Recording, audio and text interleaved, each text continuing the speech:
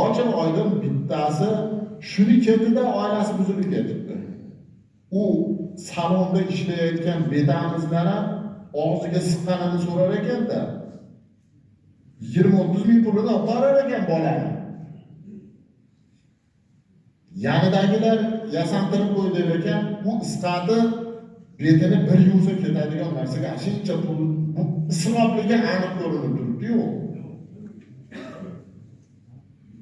Qishqarayotgan bo'lsangiz, o'g'il uylantirayotgan bo'lsangiz, shu kunlarda to'y qilayotgan bo'lsangiz, hamma qilyapti deb podani ichiga oralashib keta olmasdan to'xtab tur deb turib, xudo anda bir-biri bilan ochiq oydin kelishib olib to'g'risa bo'ladigan mahal. Qizingizni salondagi holatini ko'rib, bola yoqtirib, ertasi kuni betini yuvgandan keyin kechaga xotinim qani deb turib ko'ngilga sog'liq tushib turibmangiz, hech narsa emas bu. To'g'rimi?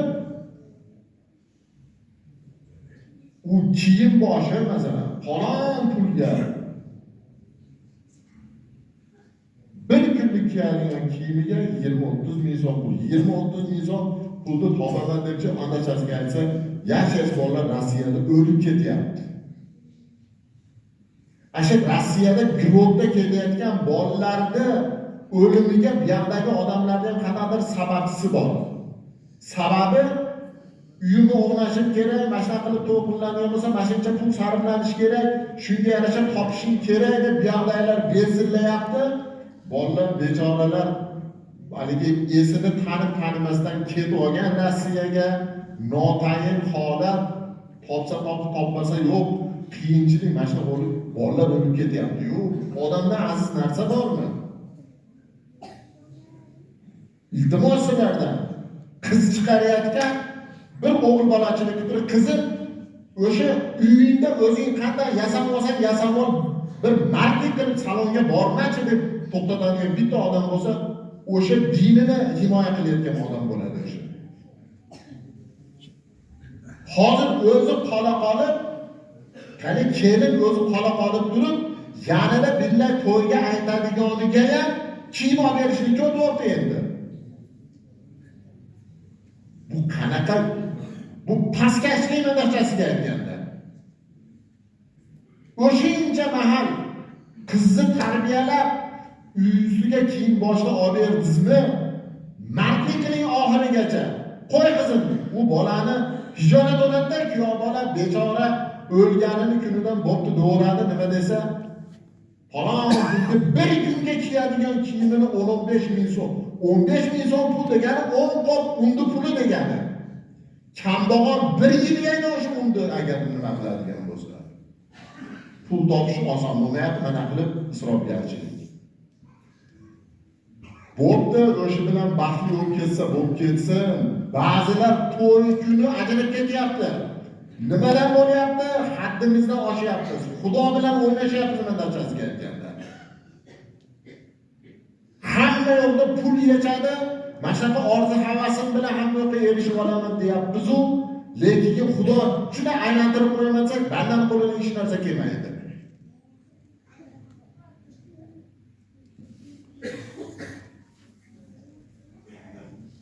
Endi qarab turing.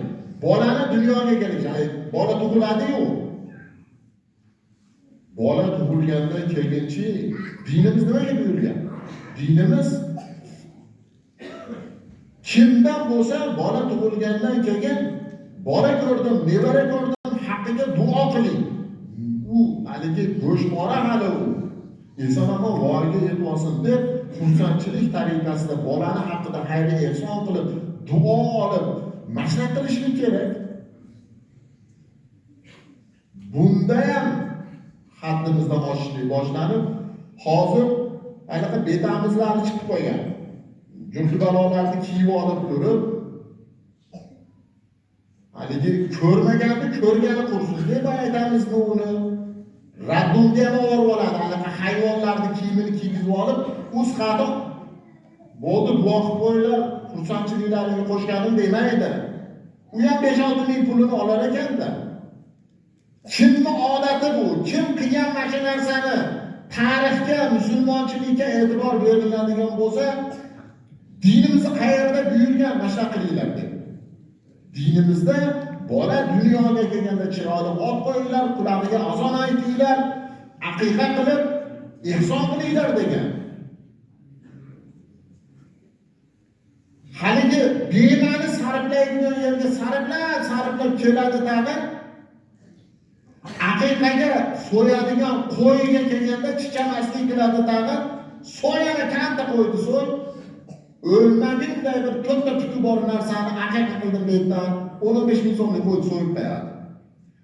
O'rinsiz qiyomatda isrof uni zarariga guvohlik beradigan narsaga qo'rqmay sharaflatib pul sarflayveradi.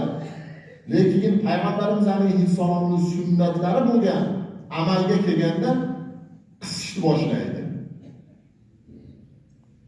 Bu mavzuga taalluqli bo'lganligi uchun aytyapman. Kim kalima-i shahodatda aytsa-yu, mana shu kalima-i shahodatda mahkam tursa, shuni tasdiqlasa, Alloh taolo unga shahidlik o'limini beradi. Garchi to'shagi ustida jonini topshirsa ham degan gapga aytyapman bu gapni. Kalima-i shahodatda aytib qo'yib turib, bu yerda xristiyani bormi, yevrey bormi, turk bormi, kimni urf odatini hozir endi internet rivojlangan mahal internetda ko'rib olib, falanaqa ekan, pisonaqa ekan, anda qilish kerak ekan deb turib, o'shalarning ketidan ergashib keta oladigan bo'lsa, u kalima-i shahodatida mahkam turmayapti u. Kalima-i shahodat quruq gapi bo'ladi xolos uni. O'zlaring xolis aytinglar, qaysi g'ayri din islom musulmon millatini musulmonchilikdagi qilinayotgan urfini yaxshi ko'rib qilyapti.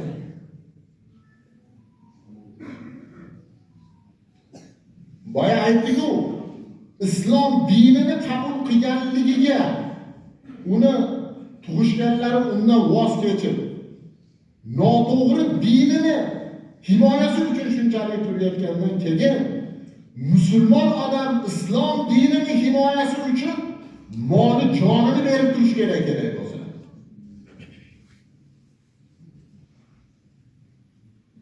Musulmon odamni qiyofasini havas qilib turib, qaysi g'ayri din musulmonning kiyimini kiyyapti bunda aytaylikchi. Bu dinda shunaqa chiroyli kiyim kiyishlikka buyurilgan ekan deb kim qilyapti? Musulmon odam o'zini ko'tini ochib, avratini ochib, g'ayri dinga o'xshasa o'xshayaptiki, musulmonga o'xshamayapti. O'zi asli kimsan desa, musulmonman deydi. Musulmonmisan? Musulmonga o'xshab kiyin. Yeb ichishlikda ham. Kimsan? Musulmonman. Musulmon bo'lib turib o'g'irlik qilyapti. Musulmon odam unaqa narsalardan o'zini ehtiyotini qilish kerak edi-ku. Undan tashqari boyga aytilayotgan to'y-to'ychi holatlarda ham hech kim mingtadan bitta kerak bo'ladigan bo'lsa, dinim mana shunga buyurgan, oila qurishligimda, nikohlanishligimda deb amal qilsa qiladiki, bo'lmasa hamma tek qo'yib beradigan bo'lsa, g'ayri dinda urf odatiga kirib ketishga harakat qilyapti-da. Shuni ogohlantirib aytamiz. Qiyomat yaqinlashayotganda, qiyomatda alomatlaridan nima bo'ladi? Nomi musulmon bo'ladi, lekin dindan bexabar bo'lib qoladi, dindan uzoqlashib ketadi deganlar.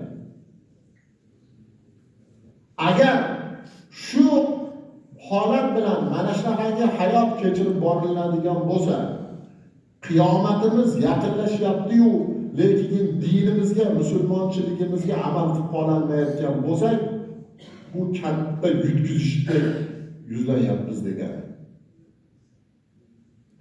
Bugundan boshlab harakatingizni qiling. Aynakka qarang. Men shu yurish turishim qiyofam musulmonga o'xshaydimi? Musulmonga o'xshamayotgan bo'lsa to'xtatib, dinim nimaga buyuradi? O'shani qilayin deb